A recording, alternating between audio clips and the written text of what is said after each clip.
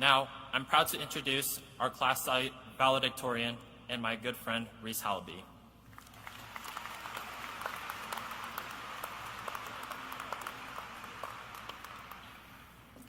Hi, everyone. There's a lot of you here today.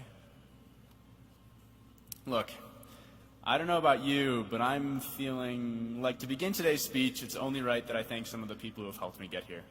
First, my teachers. From K through 12, I felt the distinct impact of those teachers who cared, who challenged and believed in me. Thank you to all of you. Let's give them a round of applause.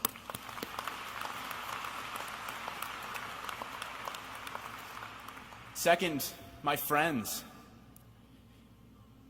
The ones who really took the time to get to know me and pushed me to be better. You know who you are, so thank you. And finally, my parents. Mom and Dad, perhaps the most important thing you've done for me in the last 4 years is trusted in me enough to give me space, to make many of my own decisions, to manage my own life, to create my own path. I hope you're proud of the person I've become. If you are, know that I couldn't have done it without you. If you aren't, know that I couldn't have done it without you. So now, of course, the irony is that a kid younger than most of you here today is asked to impart wisdom upon all of you, as if I'm qualified for that. I am not wise, at least not yet, but today I would like to share with all of you some of the things that have inspired, motivated, and shaped me along the way in hopes that some of what I say may have the same effect for all of you. First, I think it's valuable to, in the words of last year's valedictorian Jack Goodman, focus on what we're graduating to, not from.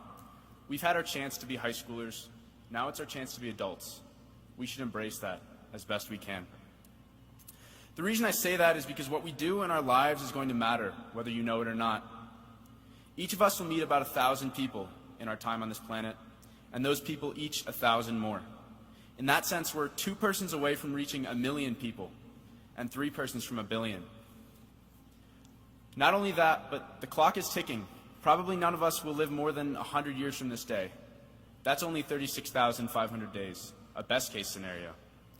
That seems like a lot, but one day it'll end. One day we'll be gone. One day, the people in your life will wake up to a world that you aren't living in anymore. In light of that, how do you want to be remembered? In the words of Marcus Aurelius, you could leave life at any moment. Let that determine what you do and say and think. And in case any of you are going to use that quote as justification to boo me off the stage, just remember that bears don't boo bears. So the next question to ask might be about success. If our lives matter, how do we succeed in fulfilling that responsibility? How do we fill our lives with meaning? I can't answer that question. At least, not for everyone, but perhaps something to aspire to is being a hero. Only because my speech wouldn't be complete without something from the Dark Knight trilogy. A hero can be anyone, even a man doing something as simple and reassuring as putting a coat around a young boy's shoulders to let him know the world hadn't ended. Being heroic doesn't always mean flying in on your Batcopter to save Anne Hathaway and Michael Caine. It rarely does. To be a hero is to sacrifice for the people around you. It's having the discipline to create a life worth living and the integrity to live it fully. To be a hero is to recognize that life is hard and to pursue meaning precisely for that reason. I think of Kennedy's words, "We choose to go to the moon and do the other things, not because they are easy, but because they are hard." The final thing I'd like to touch on is gratitude. Most of our successes in life will be filled with meaning because of the people they are shared with. To quote another graduation speech, sharing is the reward for success.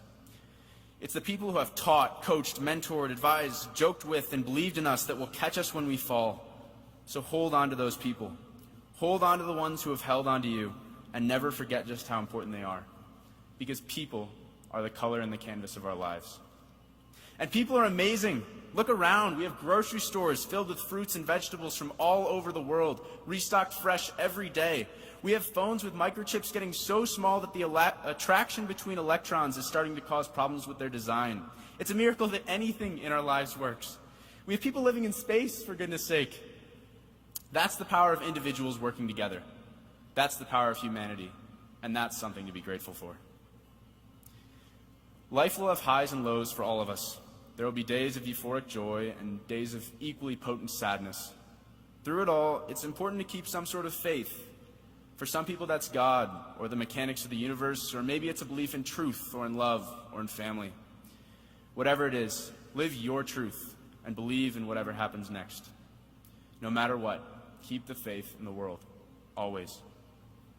With all that being said, go out there, carry a sense of gratitude, be truthful, be heroic, believe in something, and do something. Go live. And to conclude today, I would like to read an excerpt from Michael Crichton's The Lost World. It has often afforded me perspective and peace. 100 years from now, people will look back on us and laugh.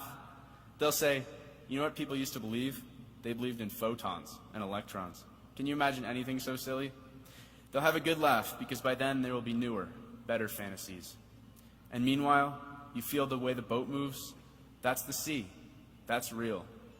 You smell the salt in the air. You feel the sunlight on your skin. That's all real. Life is wonderful. It's a gift to be alive, to see the sun and breathe the air. And there isn't really anything else. I'll miss you guys.